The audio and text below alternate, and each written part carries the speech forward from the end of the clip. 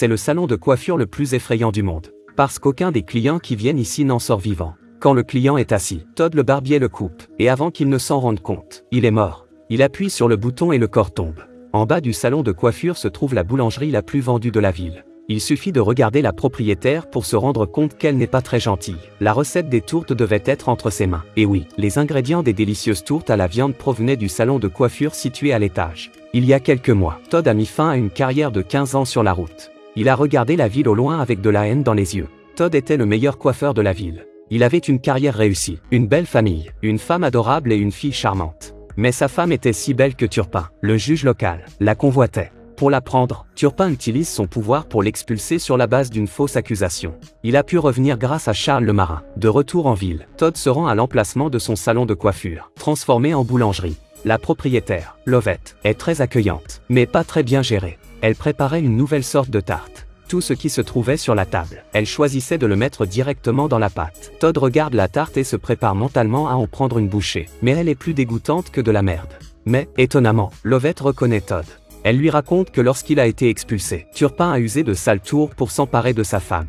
Celle-ci a été tellement humiliée qu'elle s'est suicidée avec du poison. Puis Turpin a fait adopter la fille de Todd en captivité, juste pour attendre qu'elle grandisse. Lovette ouvre un compartiment caché dans le sol qui contient le rasoir en argent sterling que Todd utilisait autrefois. En regardant son propre rasoir, le cœur de Todd brûle de vengeance. Pour réaliser son plan, il doit d'abord se faire un nom en tant que barbier. Ainsi, Turpin viendrait à lui. Lovette et lui trouvent donc Charlie, le permanent du village, et le combattent à la loyale. C'est alors que sort de la foule Biddle, l'homme de Turpin. Todd l'invitait gentiment à monter sur scène pour être le juge, et ils s'affrontent pour voir qui peut se raser la moustache rapidement et bien. Et Todd remporte la compétition avec aplomb. Cette compétition lui vaut non seulement la célébrité, mais aussi la confiance de Biddle. D'autre part, Charles, un marin, est attiré par Johanna, qui est emprisonnée à l'étage dans la rue. Tous deux n'ont fait que se regarder. Leurs âmes se sont rencontrées et ils sont tombés amoureux. Malheureusement, Turpin s'en aperçoit dès qu'il ouvre la porte, et il ne permet à personne de convoiter Johanna. Alors il le bête et le menace de ne plus jamais se montrer. Il est clair que Charles n'est pas mort et qu'il va trouver un moyen de sauver Johanna. Le lendemain, le salon de coiffure de Todd reçoit son premier client. Il pensait que Charlie était simplement en colère et voulait apprendre de lui, mais il a reconnu le rasoir. Charlie menace Todd de lui révéler sa véritable identité et exige une part égale des recettes. Todd n'en peut plus, il prend un thermos et le frappe à la tête. Charlie est tombé. En bas, le valet de pied a entendu le bruit et est allé vérifier. Il n'y avait pas Charlie à l'étage, seulement Todd qui préparait le thé. Ce qu'il ne savait pas, c'est que Charlie était dans la boîte derrière lui. Cet enfant est vraiment facile à tromper. Todd a trouvé une excuse au hasard pour faire partir Charlie, puis il a donné un couteau à Charlie dans la boîte. Chaque jour, cet homme pervers jette un coup d'œil par l'embrasure de la porte et voit sa belle-fille dans la chambre. Avec son visage angélique et son corps exquis, il ne peut s'en empêcher. Biddle est venu à la rescousse. Il connaissait un salon de coiffure branché. Si Turpin se nettoyait un peu, une fille ne pourrait pas résister à son charme. Une fille ne pourrait pas résister à ses charmes. Donc avec la recommandation de Biddle, il est allé chez le coiffeur de Todd. Todd a été agréablement surpris. La vengeance venait de commencer, et son ennemi est venu à lui. Quelle bonne chose. Todd a l'air si heureux qu'il va devoir montrer son vrai visage. Turpin ne se rend pas compte du danger qu'il court. Il s'installe dans son fauteuil les yeux fermés, prêt à profiter des services de Todd. Mais au moment où Todd s'apprête à passer à l'action, Charles, le marin, entre en force et crie qu'il va s'enfuir avec Johanna. En entendant Charles, Turpin est furieux. Il doit retourner surveiller Johanna immédiatement. Et sachant que les deux sont de mèche, Turpin se jure de ne jamais revenir. Todd est si furieux de le voir s'enfuir qu'il chasse Charles.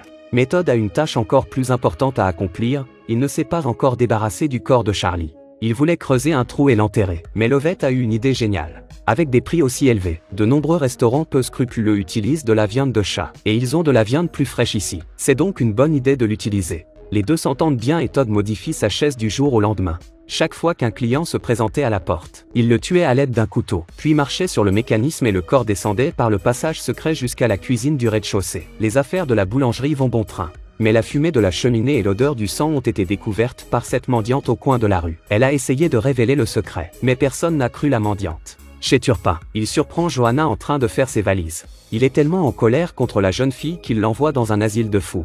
Charles apprend la situation et doit venir demander de l'aide à Todd. Todd, qui s'est calmé, a une très bonne idée. L'asile de fous de la ville est en fait le plus grand fournisseur de perruques. Si Charles se fait passer pour un homme d'affaires qui achète des perruques, il pourra infiltrer l'asile et retrouver Johanna. Todd écrit alors une lettre à Turpin, demandant au coursier de la lui remettre et de lui dire que Johanna est en sa possession. Bien que l'homme de main parvienne à faire tomber les mots, il sent déjà que quelque chose ne va pas et persuade gentiment Lovett de ne pas se laisser abuser par l'apparence de Todd. Ignorant que Lovett n'est pas non plus une bonne personne, Lovett l'enlève et l'emmène au sous-sol de peur que les choses soient révélées au grand jour. Elle songe à en parler avec Todd lorsque Biddle se présente à la porte. Il est venu voir Todd parce qu'un passant lui a dit que la cheminée de la boulangerie s'étouffait et qu'il devait donc venir vérifier la cuisine. Ce n'est pas quelque chose que l'on peut simplement regarder. Todd lui dit un mot et envoie Biddle chez le coiffeur. Le garçon mange un orteil dans un pain de viande. Avant qu'il n'ait le temps d'être dégoûté, un cadavre frais glisse dans l'allée et s'écrase sur le sol. Le garçon est horrifié. Lovett et Todd descendent au sous-sol où ils ont l'intention de faire taire le garçon. Mais celui-ci, plein de ressources, est déjà parti se cacher. Charles emmène Johanna dans le salon de coiffure et part à la recherche de sa voiture. En voyant les ombres sombres s'approcher à l'extérieur, Johanna s'est réfugiée dans la boîte. Effrayée, étonnamment, c'est le mendiant qui est venu ici.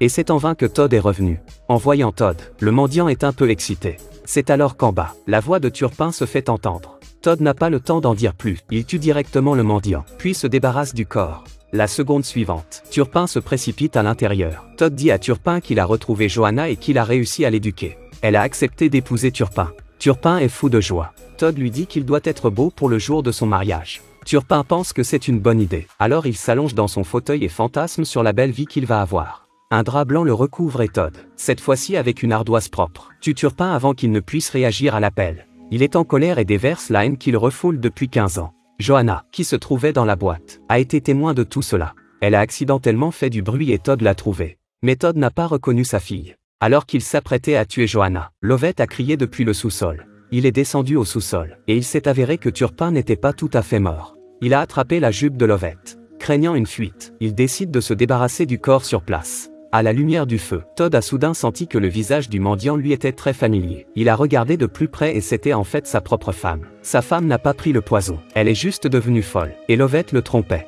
Pour être avec Todd, elle a inventé un mensonge, mais s'est laissée aller à tuer sa femme. Connaissant la vérité, Todd devient fou, jette Lovett dans la cheminée, ferme la porte à clé et ramasse sa femme.